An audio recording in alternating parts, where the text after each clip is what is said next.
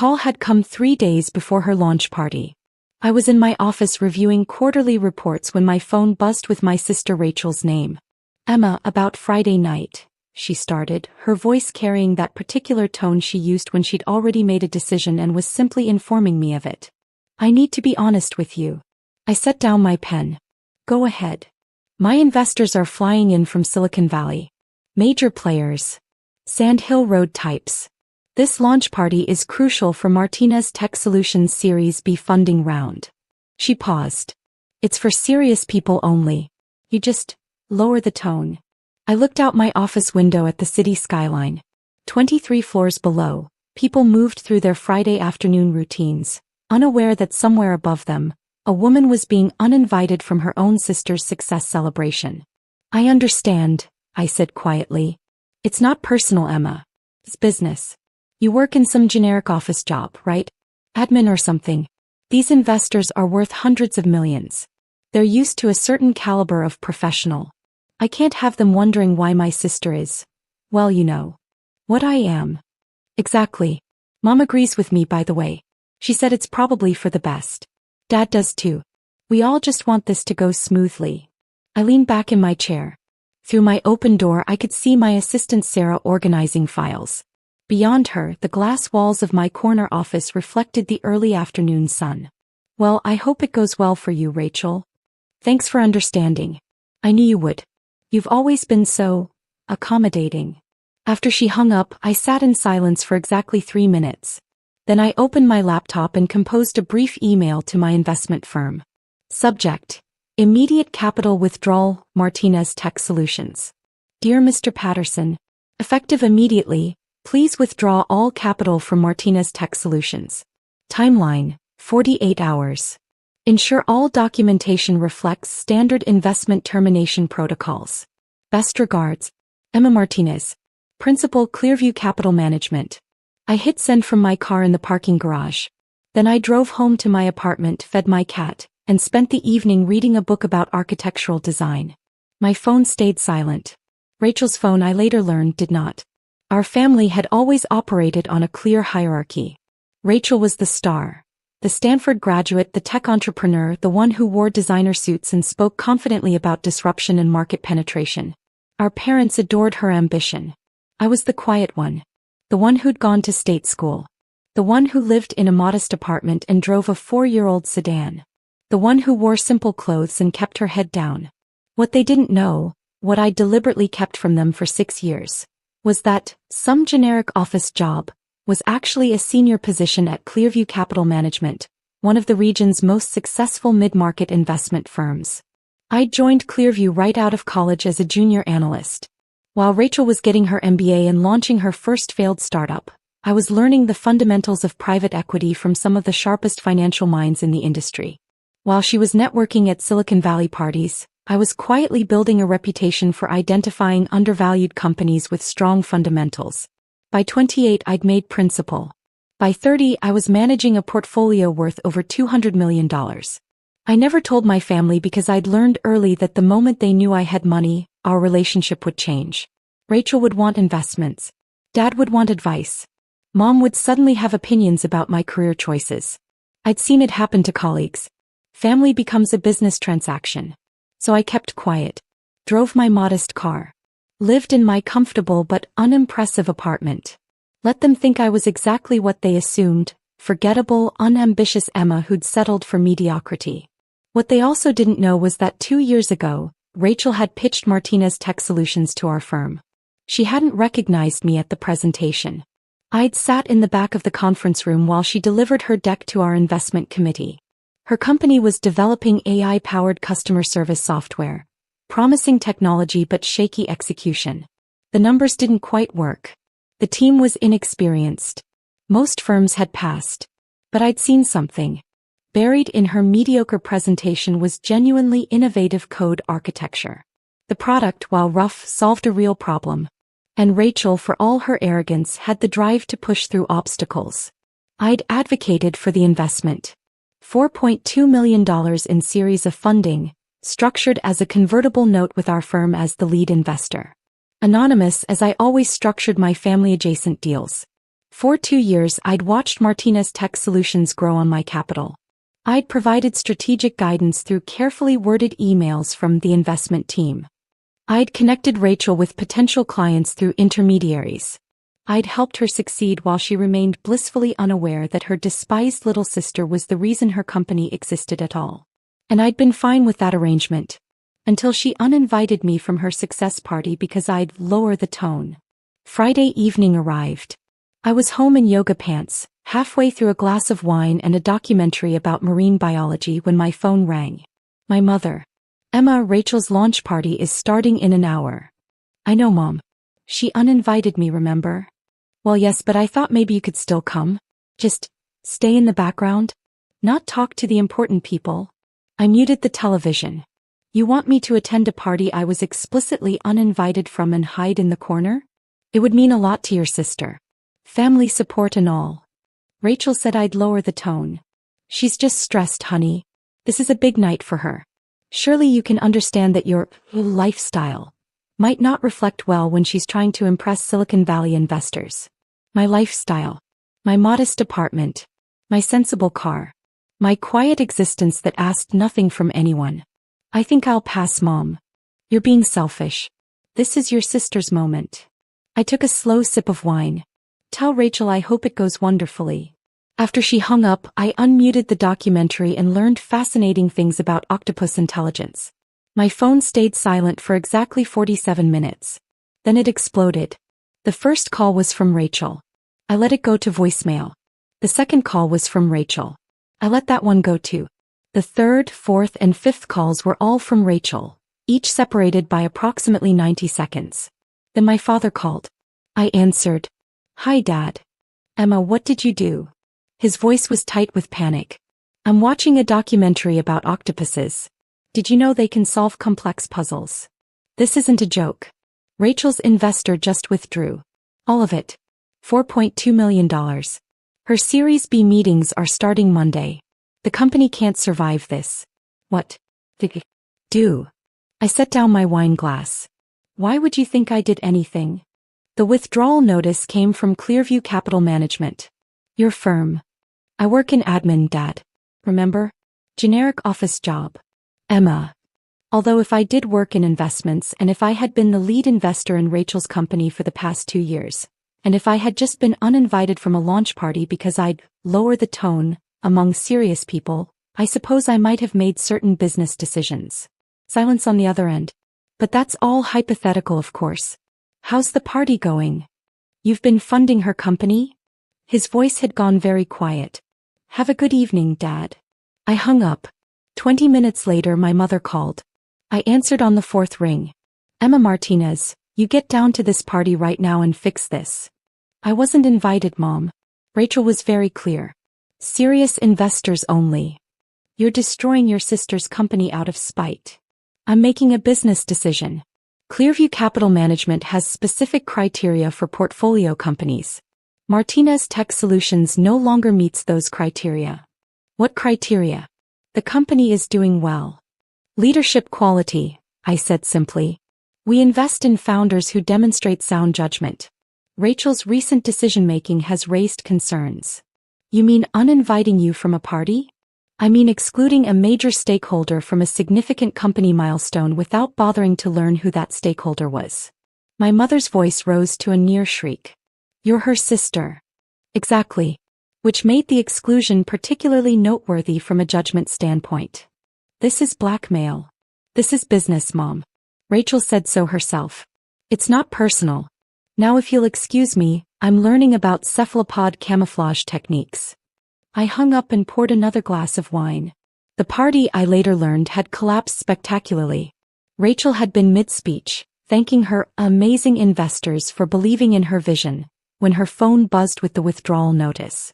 She'd gone pale, excused herself, and spent the next hour making increasingly frantic calls while her Silicon Valley guests mingled awkwardly and eventually left.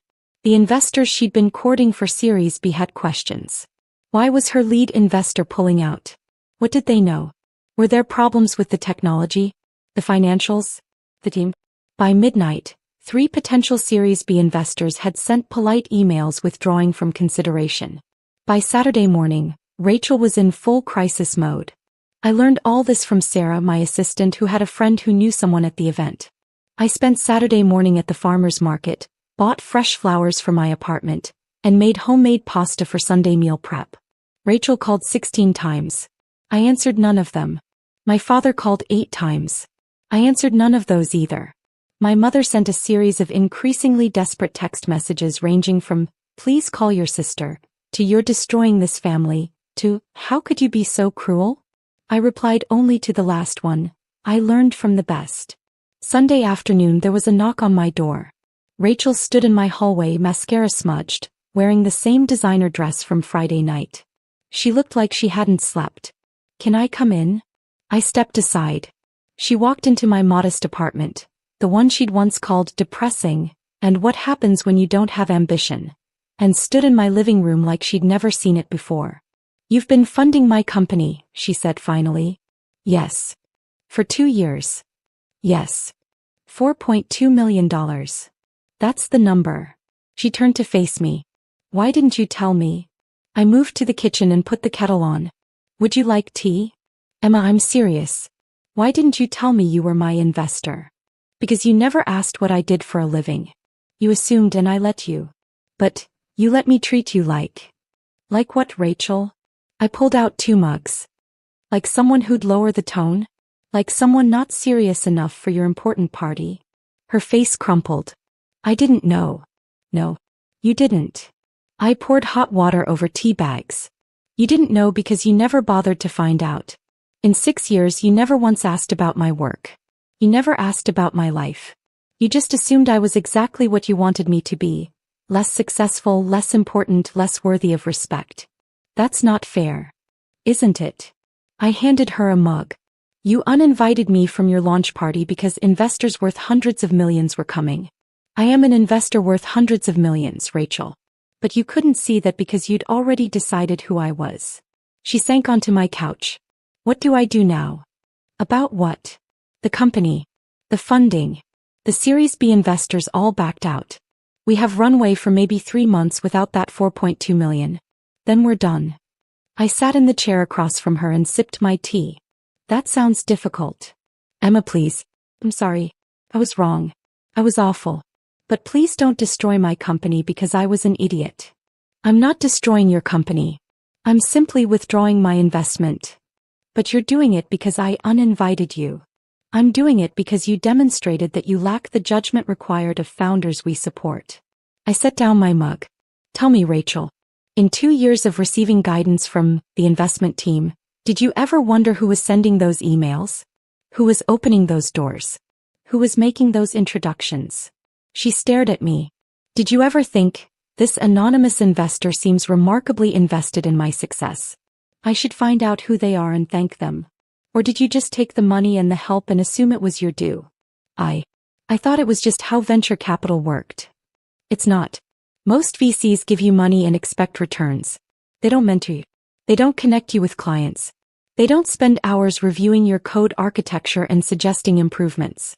I did all of that, Rachel. For 2 years. Anonymously. Because despite everything, you're my sister and I wanted you to succeed." Tears were running down her face now. "I'm so sorry." "I'm sure you are. You're sorry your funding disappeared. You're sorry your Series B fell through. You're sorry you're facing bankruptcy." I leaned forward. "But are you sorry for how you treated me? Or just sorry that it had consequences?"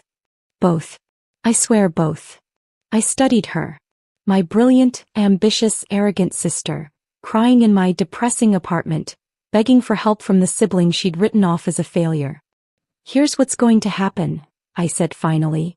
"I'm going to send you the contact information for 3 other investment firms that might be interested in Martinez Tech Solutions. They're good firms. Reputable.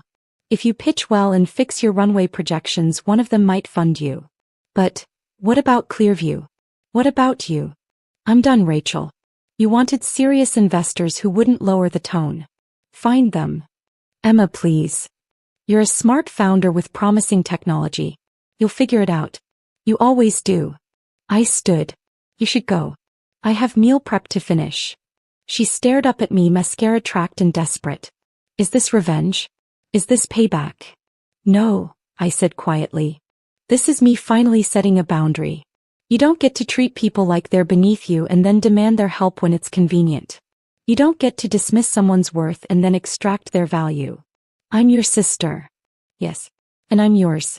Remember that next time you decide who's serious enough to be in your life. She left. I finished my meal prep. That evening I sent her the contact information for 3 firms as promised, good firms that would give her a fair shot if she earned it.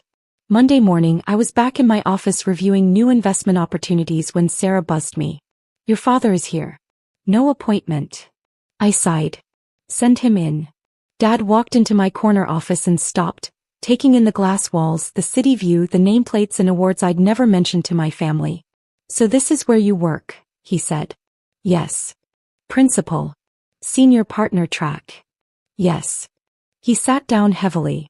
Your mother and I thought you did data entry or something. I know what you thought. Why didn't you tell us?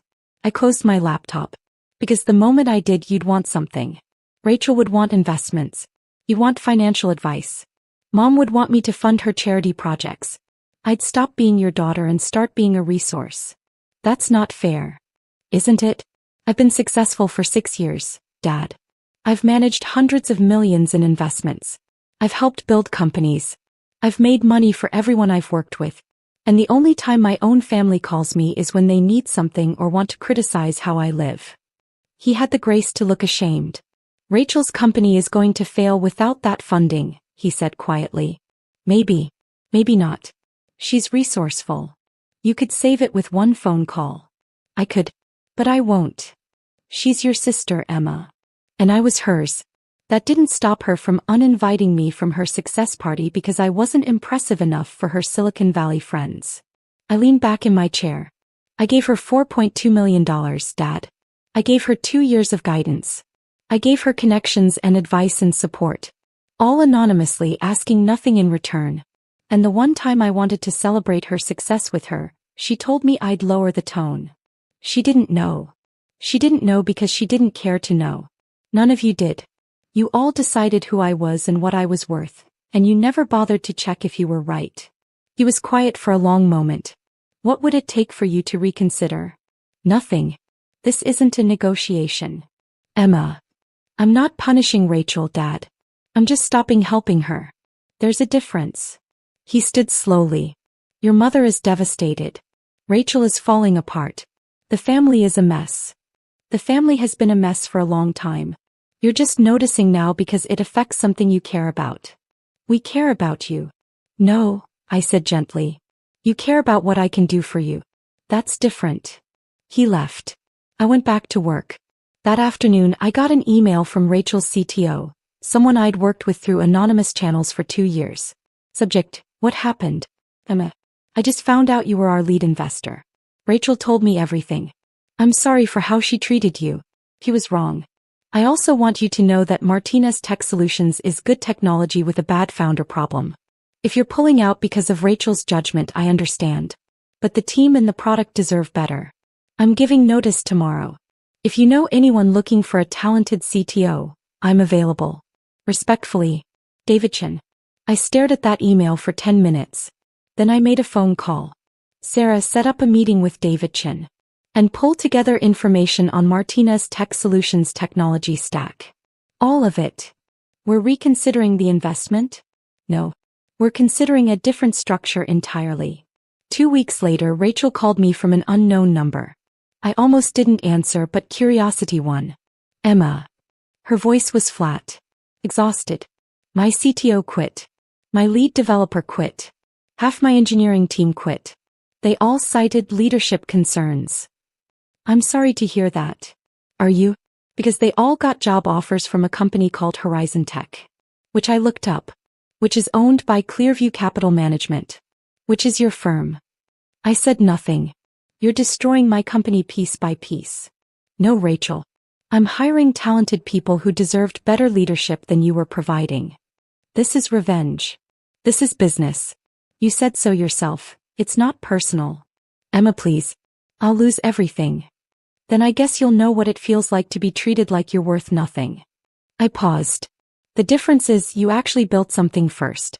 I was dismissed before I even got started. I was wrong. I've apologized. Yes, you have. And I've given you referrals to other investors. What happens next is up to you. You're going to let my company die. Your company is dying because you valued appearance over substance, connections over competence, and ego over execution. I didn't kill it, Rachel. You did. I just stopped saving it. She hung up. Martinez Tech Solutions filed for bankruptcy 6 weeks later. The technology was acquired by Horizon Tech for pennies on the dollar. David Chin became their CTO. The original engineering team thrived under new leadership. Rachel moved back in with our parents and took a job at a mid-size marketing firm. Last I heard, she was doing decent work and keeping her head down. My parents stopped calling after I made it clear that family dinners would require an apology I wasn't going to get. My mother sent one text: "You destroyed your sister's dream out of spite." I replied, "No. I stopped funding it. There's a difference." She didn't respond. 6 months after the launch party that never was, I was having coffee with David Chin, reviewing Horizon Tech's impressive quarterly numbers. "You know the irony?" David said. "Martinez Tech Solutions could have been this. Rachel had the vision. She just couldn't get out of her own way. Some people are better at building things than leading them. Do you regret pulling your investment?" I thought about that. About Rachel's tears in my apartment. About my father's disappointed face. About my mother's accusations of cruelty. "No," I said finally. "I regret that it was necessary. But I don't regret doing it." "Because she uninvited you from a party? Because she spent years treating me like I wasn't worth knowing, and then expected me to save her company when it benefited her? That's not how relationships work. Not even family ones." David nodded slowly. For what it's worth, the team always wondered about the anonymous investor who cared so much about code quality and employee retention. We thought it was strange for a VC. Most VCs just want returns. "You wanted us to build something good." "I did. And now you are." I smiled. "Under different leadership. I still live in my modest apartment. I still drive my 4-year-old sedan. I still keep my success quiet because I've learned that the people who matter don't need to be impressed, and the people who need to be impressed don't matter. My family thinks I'm cruel. Maybe I am. But I'm also done being the person they turn to only when they need something while treating me like nothing the rest of the time." Rachel's investors were flying in from Silicon Valley, and I wasn't serious enough to meet them. Turns out I was the most serious investor she had. She just couldn't see it until it was too late. And that, I've learned, is not my problem to fix.